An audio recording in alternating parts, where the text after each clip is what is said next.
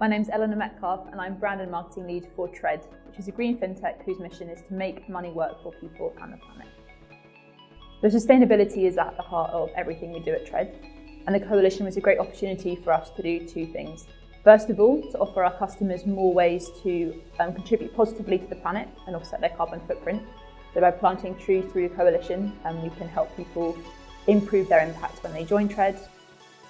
What's brilliant for us is that Mastercard is a really well-known name, obviously in the payments industry, both to our commercial partners and also to consumers. So when we say that we're part of a sustainability mission in partnership with Mastercard, that carries real weight. People recognise the brand and they respect it. And from a business perspective, it's up to us to offer that support, and that's why things like the Priceless Planet Coalition are so important.